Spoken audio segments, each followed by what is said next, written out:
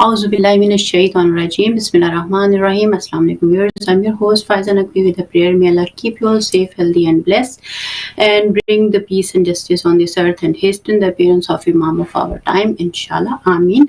Today, as we all know that just 1 or 2 days before the collapse of Asad regime has happened and the government has been taken over by an organization which is known as HTS Hayatul Tahrir Sham HTS, and now the situation in the Sham in the Syria is very deteriorating because there is continuously bombing going on over there by the Israeli forces, and the whole military infrastructure is also being going to an end.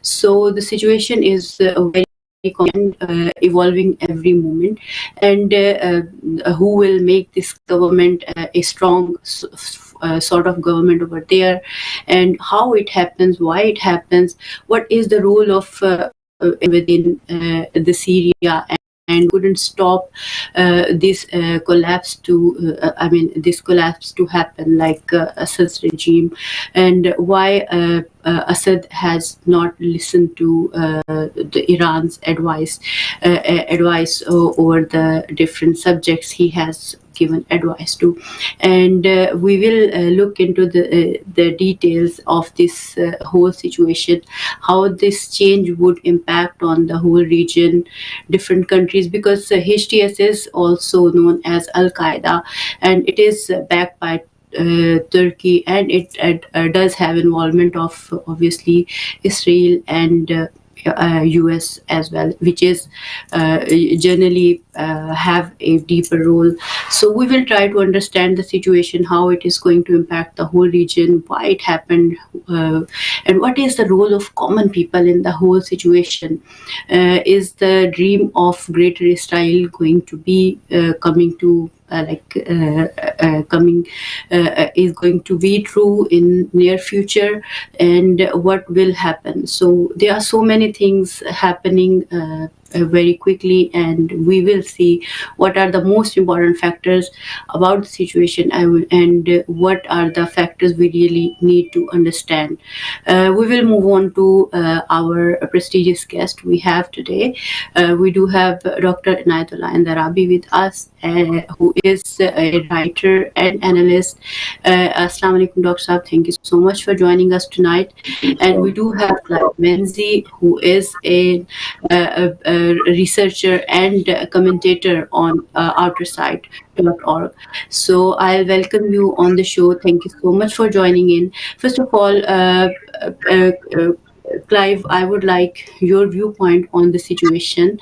How do you see the collapse of Assad's regime, especially from a regional perspective? How or what changes it might bring? Sure. Good evening.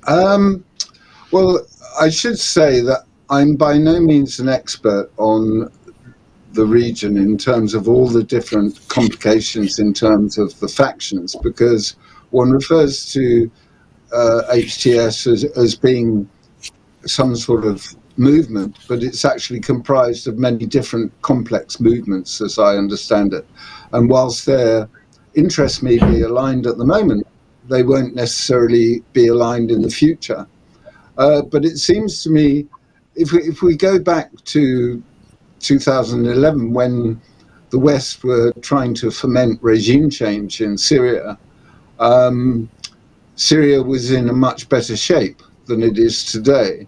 And Bashar al-Assad, who was never meant to be president, it was that his older brother died, and therefore he, who was an ophthalmist in London, took over the reins of power, I suspect reluctantly, and without wishing to sort of analyse his presidency. I think he did a tolerable job, and certainly in standing up to the Western-backed war that unfolded from 2011 onwards. There was a typical sort of classified as an uprising, of a popular uprising, but the country had already been under pressure. So with the help of Russia and Iran, Syria managed to, if you like, get back to some semblance of a normality. But that normality, which was obtained, say, around 2016, still left Syria as very much a weakened country, in terms of it didn't have access to its oil fields because they've been stolen by the groups in the north. Its agriculture was similarly under that sort of control, coupled with the fact that it had left Syria in a much more weakened state. So where we are today is that it's very difficult for anyone to, I defy anyone to say that they understand fully what's going on, because there are many different forces at play. But in essence, it would seem to me, and I've listened to some fairly detailed analysis from various people who've given what I think are quite plausible scenarios, but they all have a different interpretation. But I suspect that Bashar al-Assad had got to the point, you suggested that why when Iran offered him help, why didn't he ask for it? I think to embark on another war of the scale that he'd been through previously, where, if we recall, Daesh and other forces were basically using the population as human shields, it would have led to another round of severe death and destruction for the civilian population. I suspect there may also be an element that Russia is obviously focused on Ukraine at the moment, and whilst it may be inclined to have helped Syria, I think at the end of the day, its priority has to be Ukraine. That's the bigger picture. So in short, I think we've got to a situation where the forces that Assad faced were probably rather overwhelming. After all, he comes from the minority faction, and the forces that were opposing him included many, many foreign fighters from Libya and elsewhere. So I suspect it was more than he wanted to cope with. There is also another possibility, which I think has some credence, and that is if we go back to Afghanistan in the late 70s, Zbigniew Brzezinski, who was the advisor to Lyndon B. Johnson and later Jimmy Carter, came up with this idea of arming the Mujahideen in Afghanistan so as to draw in the Soviets into a protracted war. And the Soviets invaded or went in to support the government in Afghanistan in 1979. And 10 years later, the Soviet Union collapsed. If we think about Vietnam, that, if you like, Zbigniew Brzezinski was working off America's experience in Vietnam, where they had to flee the quagmire that they created in 1976. So there may be a chess move at play involving Putin, possibly Iran. Possibly Assad was quite happy to go along with it, and possibly even Turkey, although they seem to play many different games with many faces, may even be complicit in this idea that by leaving the field open for all these competitors, so you have Israel, you have Turkey, you have these various groups, some of whom have no particular allegiance, although obviously the Kurds are a more unified force. HTS is comprised of many different fighters from many different backgrounds who effectively are mercenaries, and whether they have particular designs and their own agendas is difficult to say. So in leaving it to them to fight it out between them, and let's not forget the US and NATO that have been manipulating in this or attempting to manipulate this region for decades. And maybe America will get drawn in, as will the rest of the West. Maybe Russia and Iran and possibly Assad himself see this as a way of producing effectively a Vietnam for NATO and anybody else who wants to play in this particular arena. So I think it's too early to say what the long-term prognosis is, but it's certainly not good for the people, and they will be the ones that suffer. Thank you, Clive. We do have Sister Batul with us as well. Thank you so much for joining us today, Sister Batul, and Assalamu alaikum as well. I'll move on to Dr. Narabi first, and then we'll come back regarding updates and the situation which is going on over there. So, Dr. Narabi, what are your thoughts? What has happened in Syria? Why it happened? And what sort of role do you see regarding like the kind of American, you can say a US deep state or US establishment or something like that, as some aspects of that issue has been raised by Clive as well. So how do you see the whole situation, and what is the most important factor we really need to understand before we try to understand the issue of Syria? Bismillah ar-Rahman ar-Rahim. I appreciate what Clive said, that it's very messy, very difficult to understand, too much, twists and all this. And he was saying, perhaps there is perhaps no one who can explain it, or this is very messy situation. I appreciate that, and I can tell you, Faida and my colleagues there, that I want to introduce a perspective by which, at the end of it, if I'm able to articulate it properly in a short time, at the end of it, I think Clive might say that things make sense or things now fall in place, because it's all about the perspective. The perspective is this, that this is a new, I think, this is a new way, a new method in war, in the subject of war, in the how war, what wars are, how wars are fought. We have a Department of War Studies in King's College.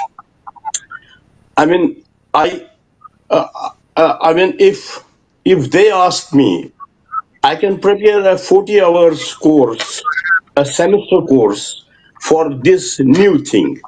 The new thing is that the state uses its army, its intelligence agencies, and they create proxy groups.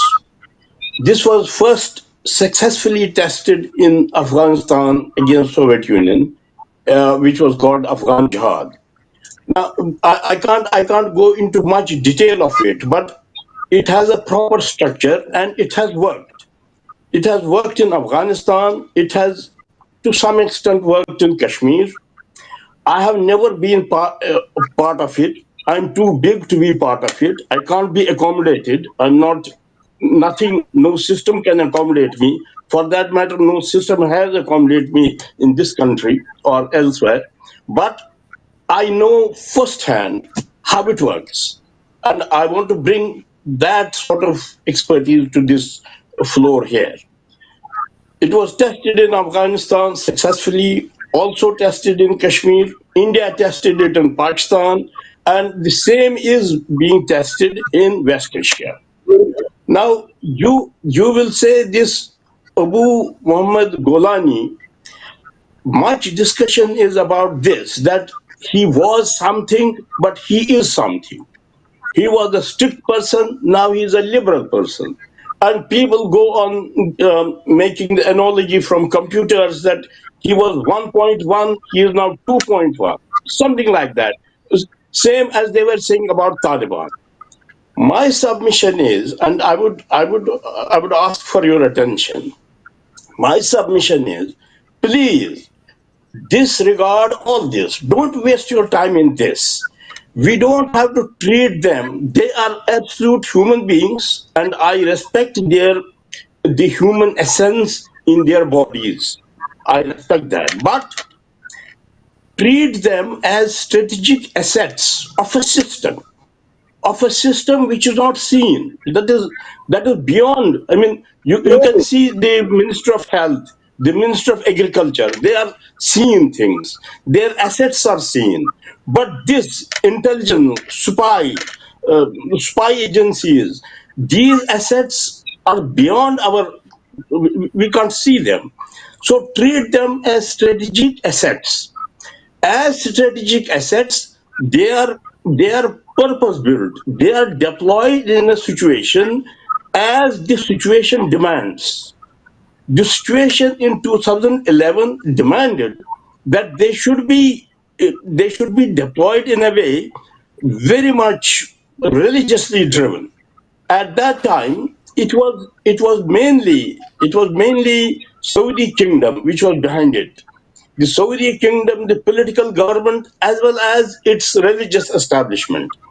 And through its religious establishment, there were the religious establishments and what you call them, ulama or whatever you want to call them, in Pakistan, in elsewhere, they were also involved. It was a global game, a worldwide game.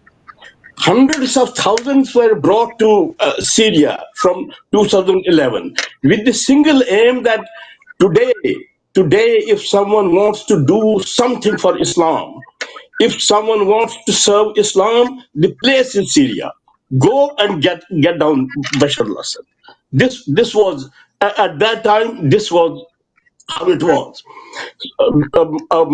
My friends in Saudi Arabia have told me they would get multiple messages during the day from the Saudi imams asking them to donate. And the Saudi imams, they had created their own militias, and they were sent to Syria. So hundreds of thousands were killed. At the moment, Saudi Arabia is on back foot. Saudi Arabia is not there. It is someone else there. And Clive mentioned him. And I want to introduce you. It is Rajab Tayyip Erdogan. He is the captain at the moment. He is leading all this. And remember, he is Rajab Tayyip Erdogan. He is an aspiring Ottoman Sultan. For many well-meaning Muslims, he is an aspiring someone who will revive the glory of Ottomans. But for me, he is a member of NATO, and he is a guy whose country has uh, close diplomatic relations with Israel. This Islamic party, which was founded by Najmuddin Arbakan, I think, uh, the Justice Party, they have done so many Islamic reforms in Turkey. For example, in Turkey, you could not put hijab. Now one can put hijab. But no change took place on the Israeli question. They had diplomatic relations with Israel. Those diplomatic relations continue. So what I am saying, my perspective is that you should, at the moment, what has happened in Syria, you can't answer. If I ask you the question why it happened with this speed, why they were let go to Damascus, why there was no resistance, why was it a kind of psyop, lightning speed, why now? There's no answer. But if you see it from my perspective, there is answer. There is answer that the time had come that we needed the powers. They needed Rajab Tayyip Erdogan as a stakeholder in the process of Palestine. I will say something more about it, but I want to. This is the crux of my argument, that the present happening in Syria is not very much related to the Arab world and other things there. It is very immediately related to the question of Palestine and what has been happening since 7th October 23. It is very much related to that because things have been going there, and it is a kind of it's a monotonous war that has been going on since 23. Fundamentals have been constant. Nothing has been changing. On one side is the Zionist camp. On other side is the resistance. They have been fighting. Nothing has been changing. This is the changing element. Now a change has taken place. A new variable has been inserted, and that is Syria. Syria with Rajab Tayyip Erdogan. Syria not as the part of resistance axis. So far, Syria was part of resistance axis and a very crucial part. Now, Syria is Turkish controlled. So this change has happened, and this change had to happen because these things, what Netanyahu has been doing, it can't go forever. It has to stop somewhere, and particularly when a guy called Donald Trump is coming to America, he will ask for this to stop. He's a man of business. When it stops, when people come to negotiate, there will be a new element, and that is Rajab Tayyip. There will be new element, and that is Turkey. And I would like to expand on this, but for now I will stop here. Uh, um, um, uh, uh, if now if you go to Batul now, she might tell us some more things, but I will stop here now. But I will say something more about it.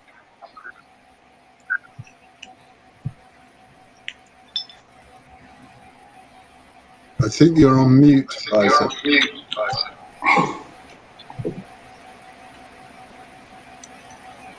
Can you hear me now, right? Thank you so much, Dr. Rabi, for sharing the most important aspect related to the situation of the Syria. Sister Batul, what are your thoughts? There's quite an echo from your side.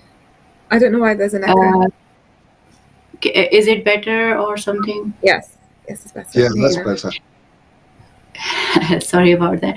So, Sister Batul, what are your thoughts? What Dr. Drabi has mentioned, and Clive also has raised some important aspects. If you could hear them as well, along with them, if you would like to add anything about that. The most important question which has been raised, and I've been seeing different news outlets and stuff like that, and it was like collapse of Asad regime is taken as like collapse of access of resistance, collapse of Iranian strategy in the region over there, especially. So and collapse of Palestinian, for example, resistance in one way. I'm not saying like obviously we are not going to share any kind of hopelessness in that manner, because those people who are fighting for their liberation in Palestine are most important people. And how do you see the whole situation? Because in one way it has deviated us from the issue of Palestine. We moved to, for example, ceasefire on Lebanon, and situation in Lebanon was also not good, because through bombing and stuff like that, they have done whatever they had to do. So do you think Israel is expanding every moment and they are very close to achieve their goal of greater Israel or whatsoever, or the strategy of America or their state or whatsoever establishment uh, uh, is more successful and effective at the moment because of, as Dr. Andarabi said, that the Tayyip Erdogan is playing key role in that whole situation, and the other Arab countries as well. So how would you like to share your thoughts about these things? How do you see how Iranian, government or the people who are dealing with excess of resistance in Syria from past decades would like to rationalize the whole situation over there? Do you see they are defeated? They hadn't done enough to save this whole place, or like in their favor, you can say? How would you like to share your thoughts about that? Absolutely. You raised many important points, so I will try to cover as much as possible with the limited time that we have. I will start off by saying that, yes, it did take the resistance by surprise how quickly the takeover happened and also the surrendering. But we have to understand that this was Israel's plan B all along. So plan A for the Israeli occupation entity, of course, as we know, America greenlit the aggression on the 23rd of September, where it went into Lebanon, basically turning Lebanon into Raza, effectively indiscriminately bombing. The idea was to defeat and dismantle the Islamic resistance of Lebanon.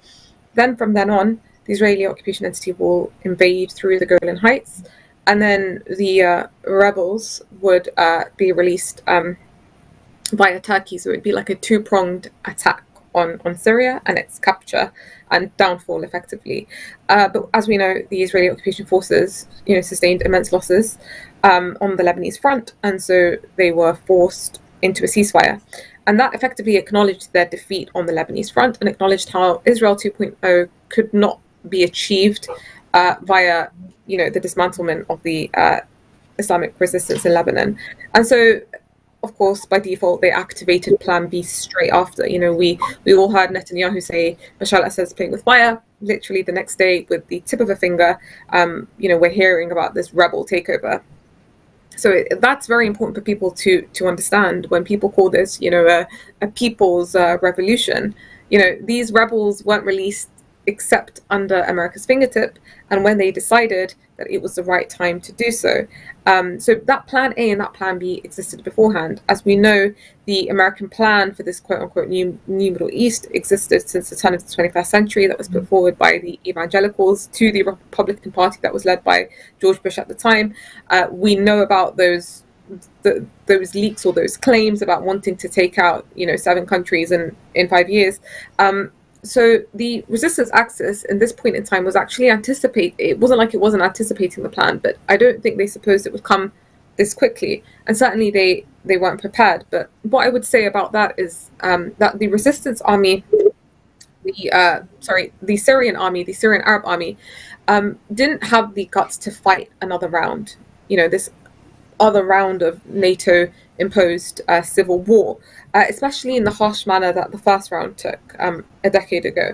The Syrian government, as we know, has been the bridge. It's effectively been, you could say, the weakest link within the resistance axis, but also the most important, because effectively it was what made it an axis. It was what connected Iran to Iraq, Syria through Syria to Lebanon to Palestine, and of course Yemen as well. But as we know, Syria never had a kind of confrontational role. There was no deterrence established. There were no rules of engagement. But effectively, the value of Syria was that it was the lung through which the resistance axis was able to breathe. The logistical movements happened through there. It was a supporting hub. We also know that the Americans and the UAE, they put a lot of proposals forward to Syria. That, for example, if they cut relations with Iran, they will remove their debt. So Asad was receiving that from another side as well. It wasn't clear what was going on that front. I think what's important to mention about the resistance is that, and especially Iran, is that the main fight, especially in the dawn of October 2023, the Al-Aqsa flood, has been against the Israeli occupation entity, not wanting to move away from the compass that is Jerusalem. So really, there was no interest to go back to a sectarian war.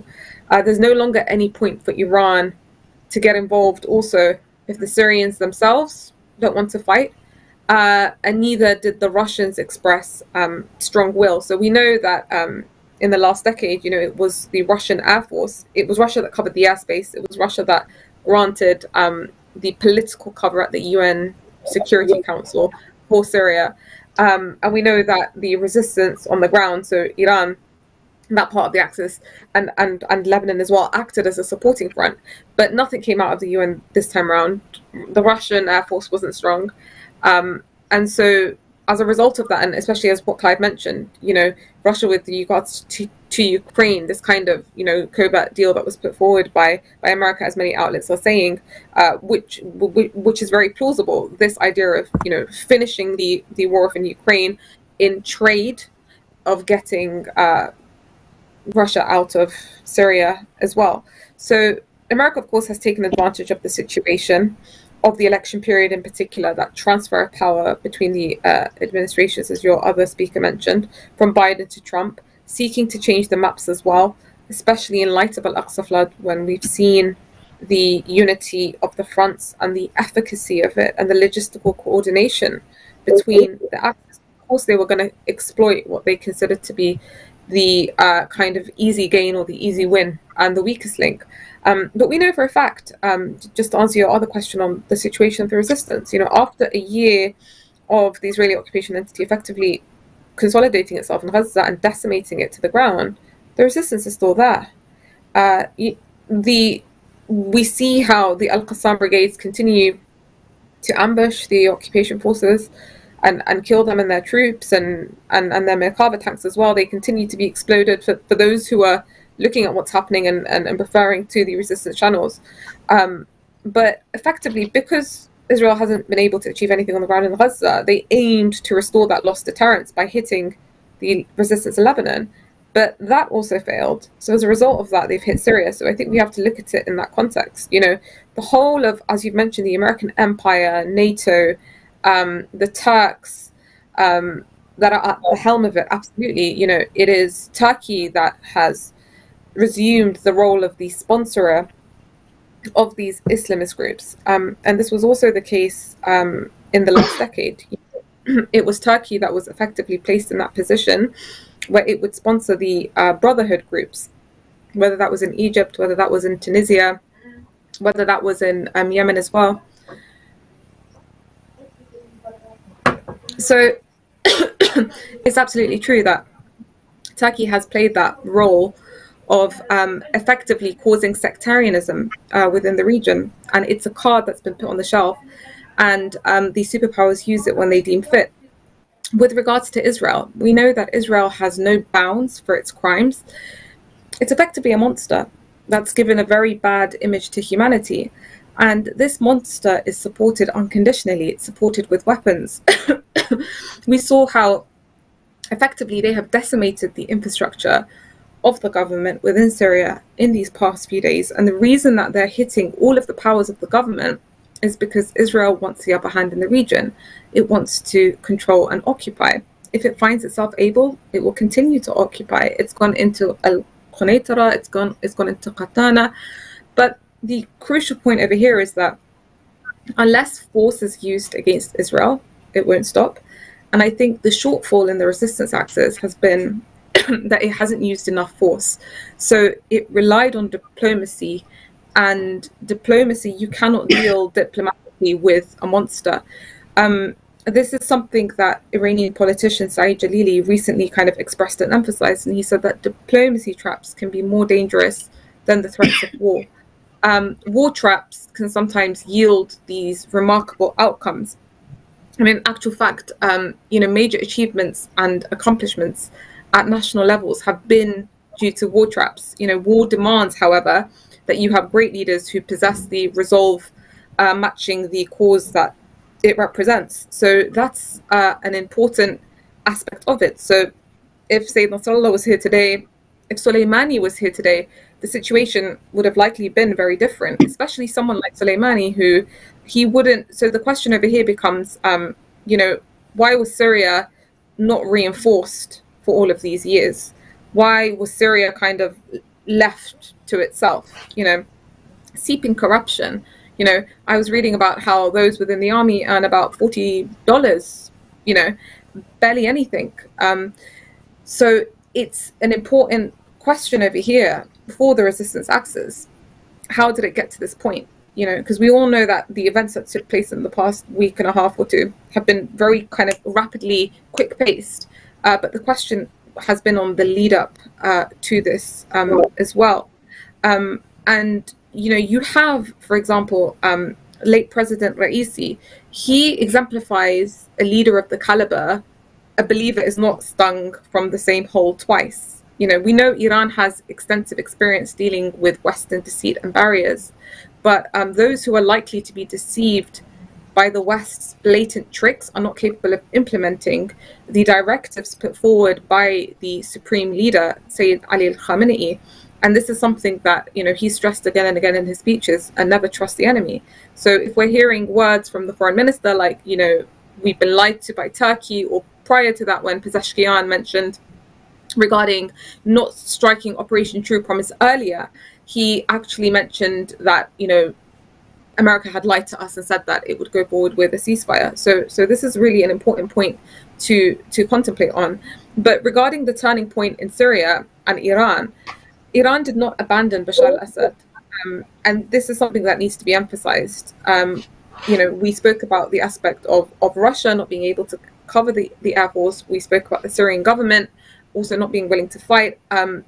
Iran would be an additive force, and a very additive and effective force, but it can't do it on its own. So that's an important point. We also mentioned the sectarian wars and avoiding that, which is an important part. We've also mentioned Syria, that has failed to rebuild a functioning state, a failure that has drained its combat readiness. We know rampant corruption is complicating the mission. And the reality is someone like Bashar al-Assad has given all he can within his limits of endurance, within his understanding and direction. The complexity of the situation has surpassed his capacity effectively, and I would say that of his alliances as well, which is why Syria couldn't be saved. And Syria continues to remain that negotiable and exploitable area for Russia as well. But the axis of resistance, just to conclude on this part, you mentioned, the future of it. It's not entirely ended, but I would say it's no longer in the previous form that it was. That doesn't mean, however, that the goals have been abandoned. The goals of the resistance will never be abandoned. It's just a question of the new forms that will arise, new strategies that will be pursued. Crisis, in many times, transforms into genuine opportunities. The nation's awareness, especially that of the resistance nations, has advanced. It's better prepared than before. We know the blood of martyrs, especially, that fuels the nation's resolves. That is effectively what enabled Lebanon to emerge victorious.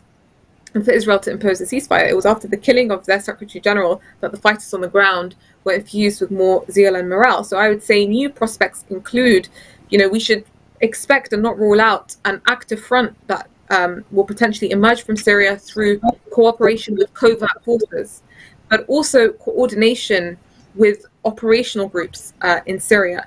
The Iraqi front can also play a more central role alongside Yemen. We saw how 2-3 days ago it was both Iraq and Yemen that struck targets within the occupation entity together. Lebanon may also witness forms of action that's benefiting, especially from over a year of direct live maneuvering where it acted as a supporting front for Gaza, and especially in these last 2 months.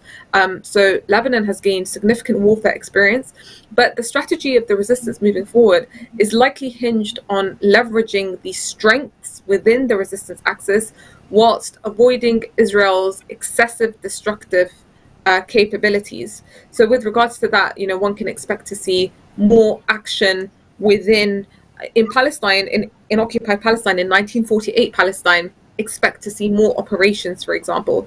You might expect to see ambushes on military bases, for example, in the same way that it occurred on October the 7th. The front from Lebanon to the occupation entity is still an active and dangerous front for Israel that they have not managed to defeat. So I think I'll just wrap it up by saying that the resistance axis shortfall, I think, in all of this was reaching this point without fully understanding the enemy's schemes, protecting Syria effectively without allowing room for sectarian war should have been the priority. It's how do you protect it to the point where, this wouldn't be such an easy scheme for the enemies that they just release the rebels and they're able to take over in such a short period of time. But I do think that given the present circumstances, to avoid a war designed to be sectarian is the wisest decision, especially given the achievements that the resistance axis has managed to consolidate on the ground in this past year in the wake of the Al-Aqsa flood. Thank you, sister. How do you see, Clive? I would like your viewpoint, especially from the people on ground, common people like us, normal people who are on ground.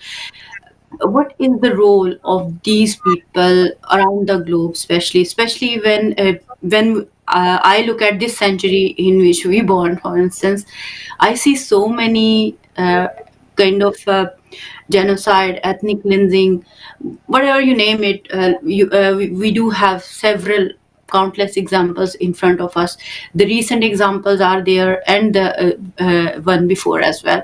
So what is the role of the common people in the whole situation to avoid these kind of wars and these kind of situation which we are in at the moment? And if you would like to add anything, whatever Dr. Andarabi and Sister Batul has said, you can add that as well if you want to, especially regarding US policy, future or present policy or stuff like that.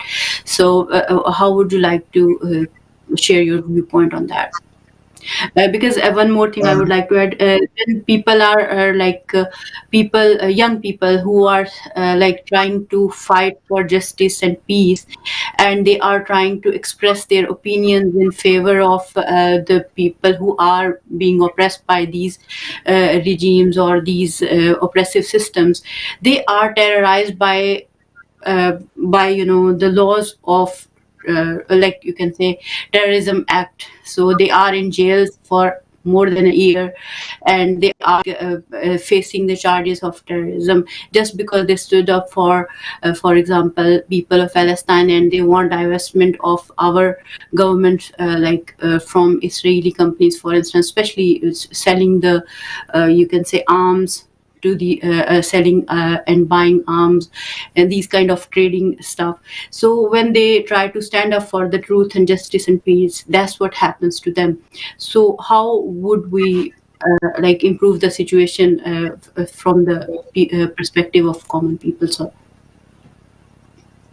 sure. I would like to say something about Erdogan and Turkey. I don't think he's not a straightforward person.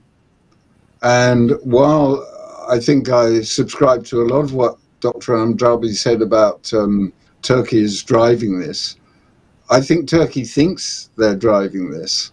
And although Turkey is NATO, he's quite often acted against the interests of NATO. So I think he's very much focused on the Ottoman Empire, but if it suits him, he'll climb into bed with anyone, I think. I would also say that what is going on in Syria, and who knows what the future holds, these factions are going to start fighting each other, and Israel will be a protagonist in that fight. And again, Netanyahu claims great victories, but actually the victories are Pyrrhic. They're mythical. They're not really victories. And so I think in some respects that's going to embolden the resistance, although clearly losing Syria as part of the Axis is a problem. But coming back, and I'd also like to briefly touch on, I think Batul raised it, the Syrian army was greatly weakened.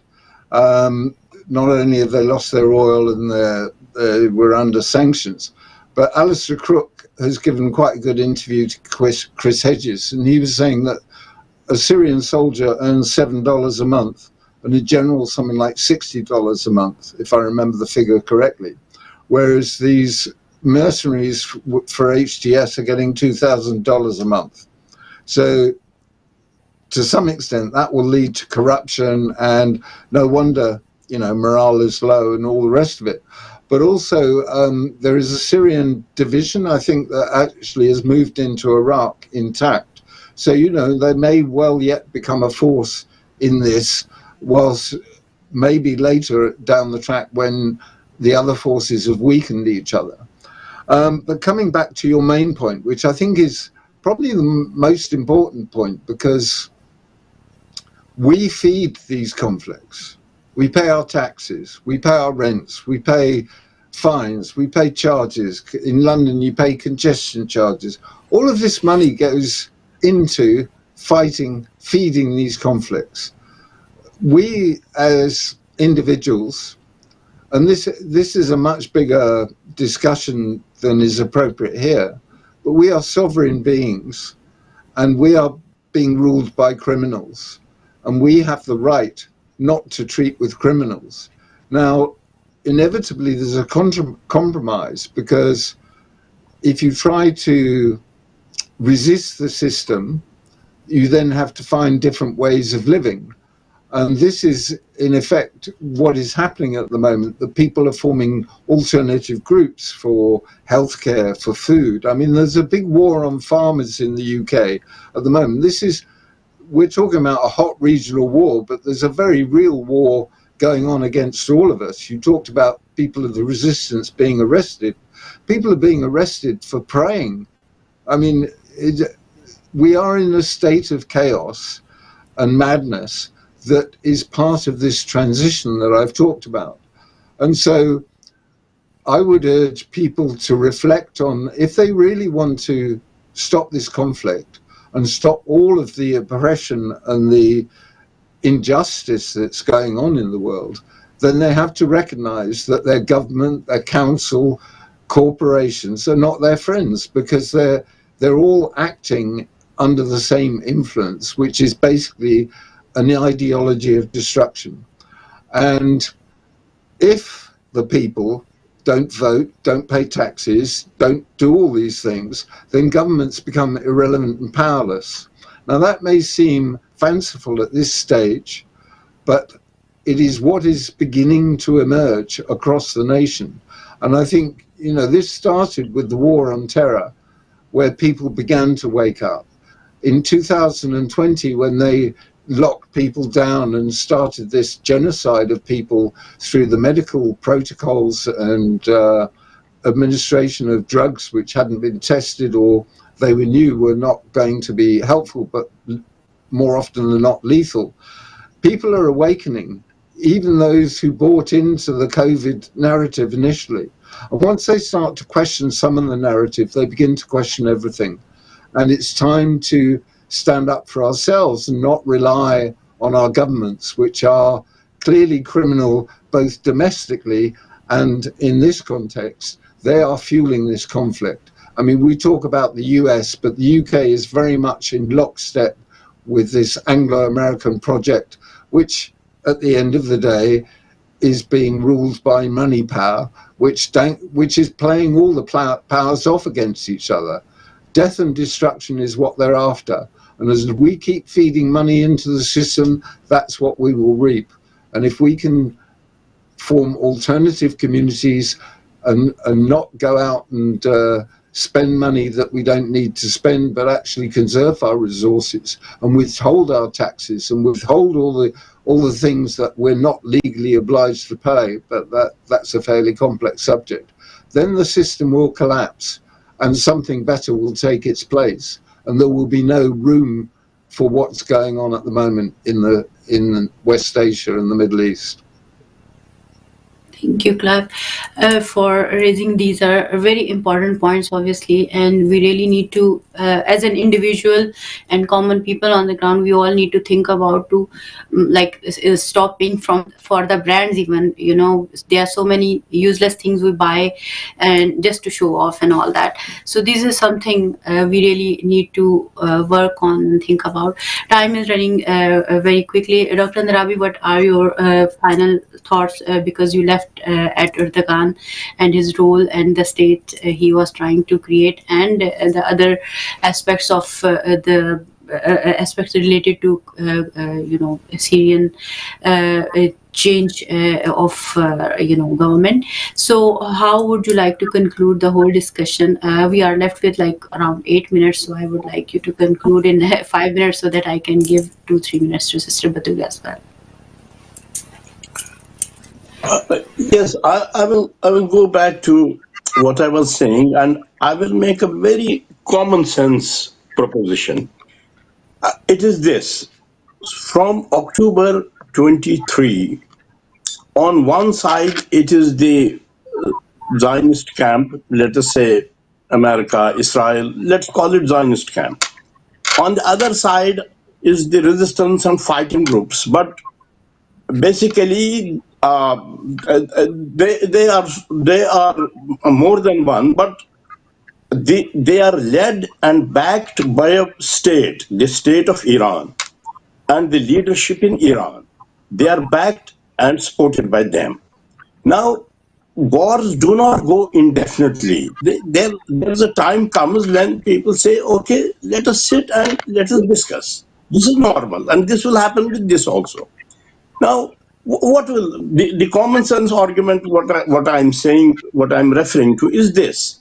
Now, what is the position now?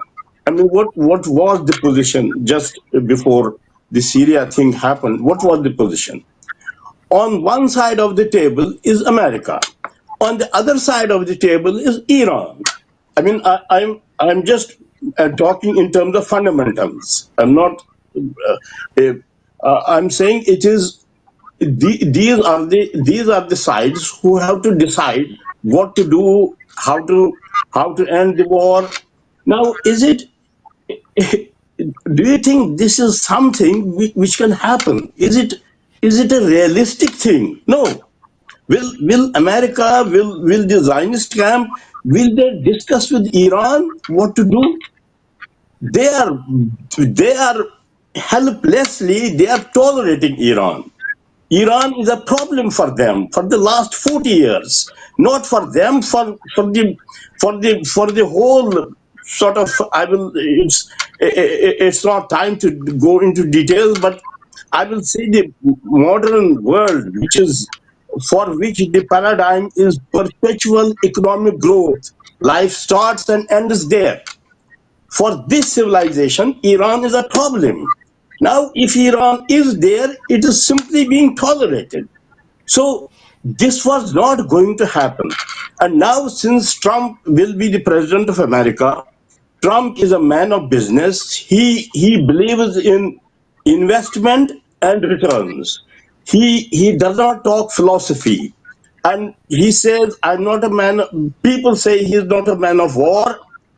That's not true, because uh, he creates the conditions of the war, and he wants people to submit to that. If someone does not submit, he will hit him, as he hit Qasim Soleimani. So Trump means business. He does not. He won't go for all these niceties. He will ask them to sit on the table and let us discuss. And the table must be shared. On the one hand is the Zionist camp. On the other hand is now it is Iran and it is Turkey. As I said before, in the negotiations, only stakeholders are given a place. There is no other stakeholder. All the Arab states have absented themselves. They are not seen for the past 1 year. They have not done anything. Only Iran is at the front. So now, since Turkey has captured Syria, so Turkey is a big stakeholder. And the weight of Turkey will go to Israel, not to this camp. So this we have to focus on now. What will happen? And as far as the resistance, as far as the excess of resistance is concerned, there are so many resistance groups. That's okay, but I would like to say that there is something which is constant, which will not change, and that is the will of the leadership of the Islamic Revolution.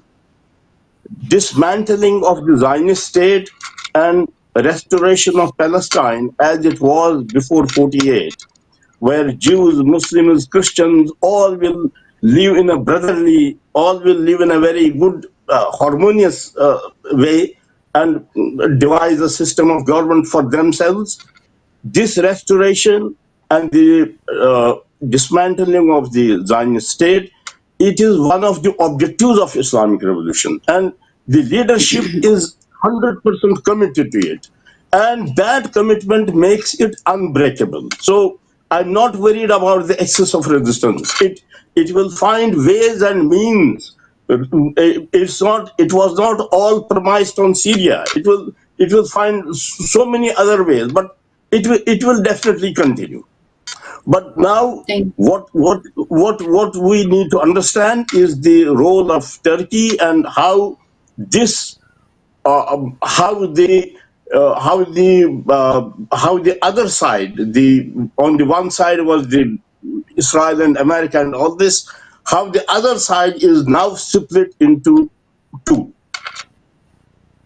Thank you so much, Dr. Andarabi. Sister Batul, there are just 2-3 minutes left. So, how would you like to conclude the whole discussion? Anything you would like to add, or especially from the perspective of United States and UK government's role, or anything like you would like to add in the whole situation? Actually, I'll just round it off at the point that the Dr. Zayed ended it with, and that is the resistance effectively finding a way. I mean, if you look at the Gaza Strip, which is 365 square kilometers, that's effectively besieged. There's no direct link to Gaza except the occupation entity surrounds it, and you also have the Rafah border through Egypt, and you've got the sea on the west side. But despite that, the ammunition supplies continue. Gaza continues to fire 15 months on miraculously, which tells you that supply flow hasn't stopped.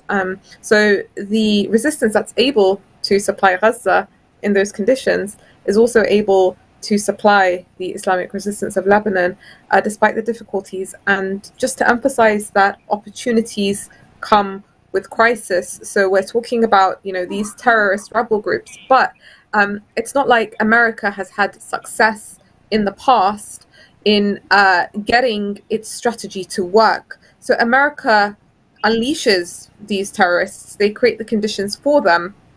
They're good at turning points, in creating turning points in the region, but sustaining those turning points to their advantage, they rarely succeed. So I don't think Syria will be the peace of mind for America. I think it'll be the complete opposite.